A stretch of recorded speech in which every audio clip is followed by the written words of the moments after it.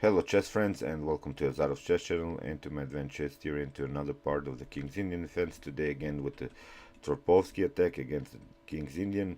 So we have here d4, knight f6, bishop to g5, and now the knight on e4, and after bishop to f4, c5, and now this f3. This f3, although it's an attacking move and prepare something like e4, it's a problem here because you will see in this sort of setups like the Samish or like this Trompowsky attack that this f3 can really cause you troubles in development.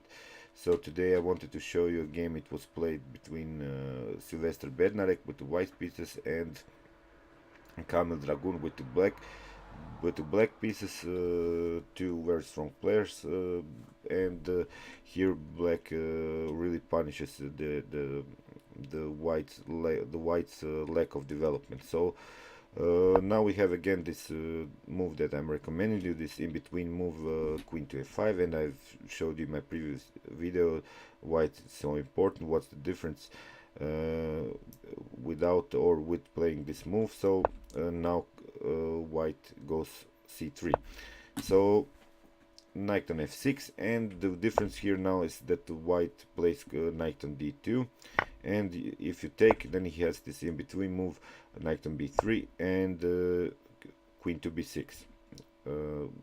Black play queen to b6, and here white plays queen to d4.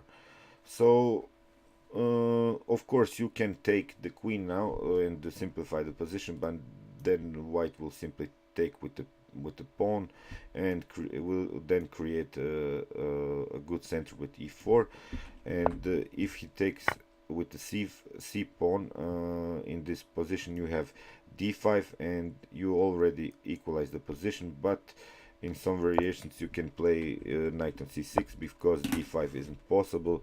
Then you would simply play e5, attacking the bishop, and if your opponent takes, you take the bishop, and if he takes on d7, you take with the bishop, and you see now this again dark square problems around white's king, bishop to b4 possibilities, maybe rook to d8 with bishop to c6, and you see this problems of white. He hasn't good development, so you see that's all because of this move of f3, which is now fixed with the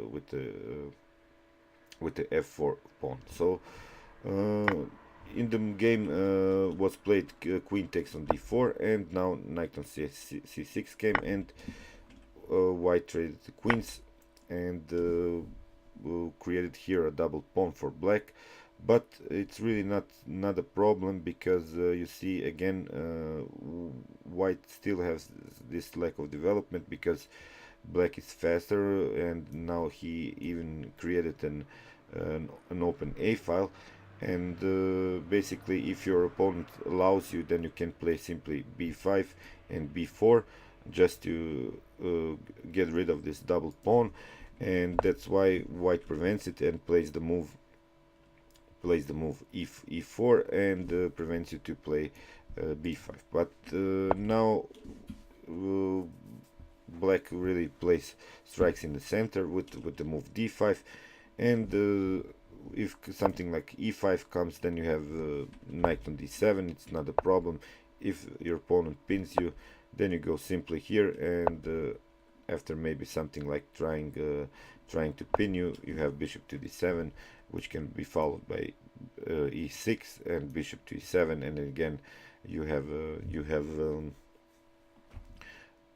a very good development. So if your opponent doesn't support this knight, then you can simply take and play something like a knight on b3 because of this pin on the rook. So in the game was played bishop to e3, so he was going for this weak b6 pawn because of course black isn't interested to defend it somehow.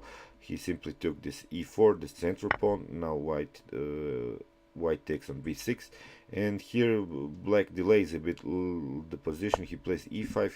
He doesn't want to take on f3, because then the knight would come out with a tempo, and I've said before, you see this f3 problem is this playing of f3 is a problem for white to develop. So now black plays simply e5, and if of course white takes, then black can take back with the knight on e4. So you see now really why black is very better here on the development, although the position is equal. But I would rather be black here, because the knight is on a good center square. The knight here is on a very good place on the c6, so it's very healthy position for black.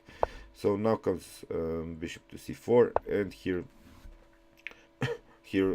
black attacks the bishop, and of course here comes bishop to d4 5. He tries to maybe get rid of this good knight here on c6, but now of course knight on e7, and here white played castling queenside. Now of course black took this bishop and played knight on c4 with an attack on the bishop, but now you see this a file is open, and bishop to e6 possibilities we have here. Rook to d8 isn't such a problem, because you have simply king to e7, and this bishop is attacked, so it's not a problem. It would have to go back the bishop, so you could simply take the rook. You see again, these two pieces haven't played, so the lack of development for white is his main problem. So he plays here bishop to c7. He should have probably go for a fast development here, but you see the bishop comes now effectively with the move bishop to e6 with the attack on the rook.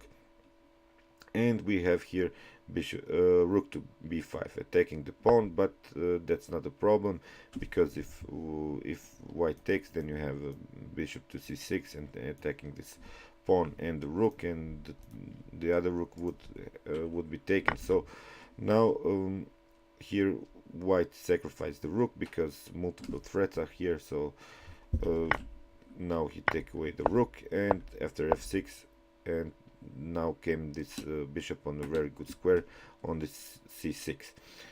So now finally white gets his development, and it's already too late, because now comes the rook on a2, and after a couple moves, here is where white resigned. So basically what I'm trying to say in this video is for you that in this continuation you don't have to be worried about this doubling pawn, because with this control of these two knights and d4 and d5 and e5 possibilities, you will get control of the center.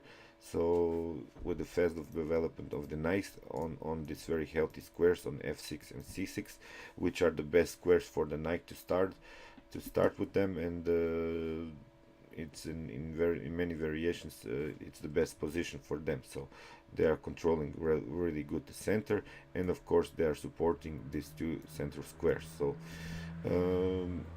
this f3 I think can really be a problem. We have seen it in the Samish attack, because of course it prepares e4, but e4 was played too late.